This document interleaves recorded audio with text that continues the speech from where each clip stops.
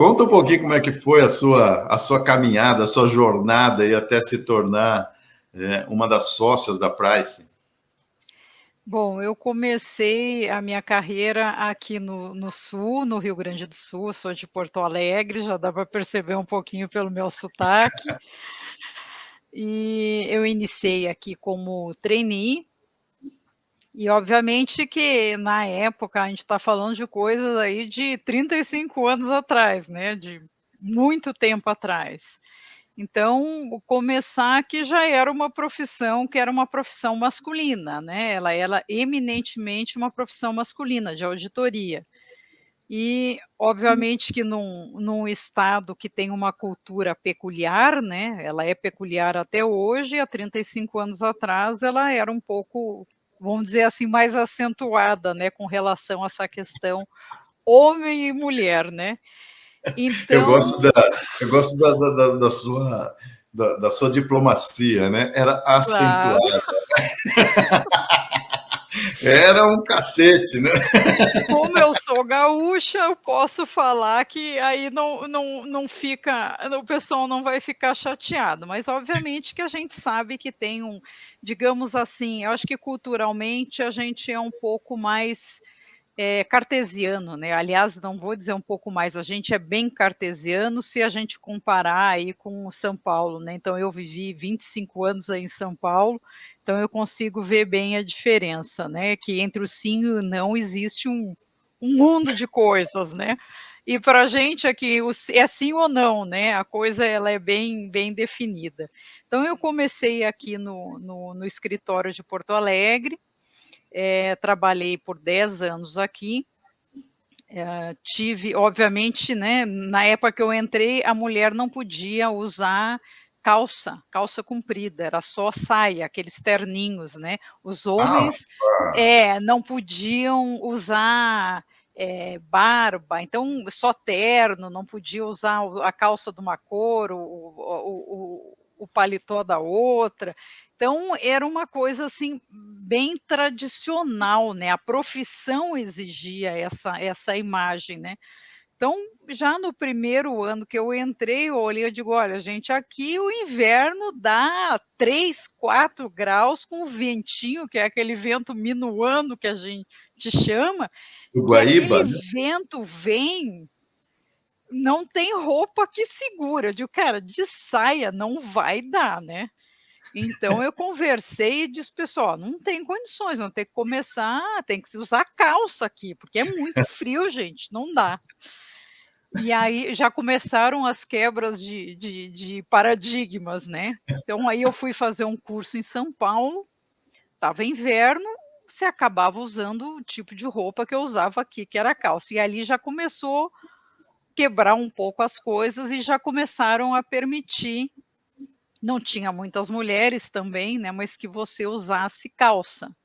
Era Olha terninho, só. hein, gente, era terninho, era calça e a blusinha lá, o blazer igual, então não era nada, assim, radical, mas foram mudanças, que já foram entrando, né, Mas não foi assim tão fácil como você está falando, né? Porque, além de tudo, o pessoal, né? Eu trabalho há anos, né? Uma das minhas representantes é gaúcha, né? Fica em Porto Alegre, tem um escritório em Porto Alegre, e eles são muito duros, né? Assim, pô, que esta guria bate, que essa guria que está querendo mudar tudo, não é? Então, primeiro eu acho que tem essa coisa do entender a cultura, né, eu acho que essa questão como eu digo, do papo reto, né, a conversa, ela é bem direta, né, ela é absolutamente, eh, invertida a ordem do que a gente tem em São Paulo, né. Em São Paulo você começa com o quebra-gelo e depois você vai no assunto. Aqui não, você entra no assunto e depois você faz o quebra-gelo, né. Então já começa aí. Então você tem que entender um pouco a dinâmica da coisa, mas enfim, claro que isso foi uma construção, né, e aí eu sempre digo, é uma construção de trabalho, de resultado, da sua postura e como você coloca as coisas, né, eu acho que isso é um fator super importante aí. Eu acho que de uma forma geral, independentemente de gênero, é a questão de como você qual o caminho que você trilha para colocar algum assunto. Eu acho que isso é uma habilidade, uma competência que os profissionais, de uma forma geral, eles precisam desenvolver. E quando você está numa profissão que ela é masculina, e obviamente que eu coloco sempre o pano de fundo, porque o meu ambiente aqui não me ajudava muito em estar numa profissão masculina, né. Então o esforço, ele foi bem maior no sentido de desenvolver habilidades, de estar abordando assuntos difíceis, assuntos mais árduos, em todos os sentidos, né, de trabalho, questões como essa que eu citei aí. Então eu acho que foi uma experiência bastante interessante aí no início, que me ajudou muito depois, quando eu fui para São Paulo, que eu já chego aí nesse capítulo. Então trabalhei 10 anos aqui, iniciei como trainee, eu já era casada, mas eu não tinha filhos, casei cedo, né, e tive o primeiro filho, e em seguida engravidei do segundo, meio, né, não estava no plano, mas meio que aconteceu, mas enfim, foi mais ou menos uma diferença de 1 ano e alguma coisa entre um e outro. Caramba, E aí caramba. já começaram, né, como é que eu vou dizer assim, as situações diferentes para os meus superiores lidarem, né. Quer dizer, mulher grávida, depois licença maternidade, né. Então tinha Sim. aquela coisa, não tinha hoje esse tempo que a gente tem, eram 3 meses, 2 meses, e você tinha que voltar, né.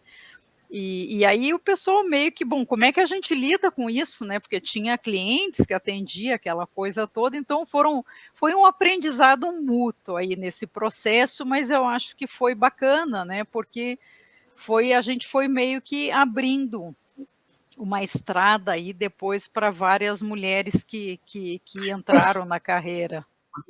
E aí, galera, beleza? Gostou desse trechinho, desse trailer que nós fizemos dessa entrevista que nós fizemos essa semana? Vocês vão curtir muito. Vai no canal, né? Se você curtiu esse trechinho, vai no canal, vai ter o vídeo inteiro lá e diversas outras entrevistas. Clique, assistam, compartilhe, se inscrevam e é isso aí. Nós estamos aí para apreciar, para contar as histórias desses vários empresários brasileiros, esses vários artistas, esses vários jogadores, atletas. Então, o que a gente quer realmente é trazer uma diversão e trazer conhecimento para vocês. Curtam, façam, se inscrevam. É nóis. Valeu!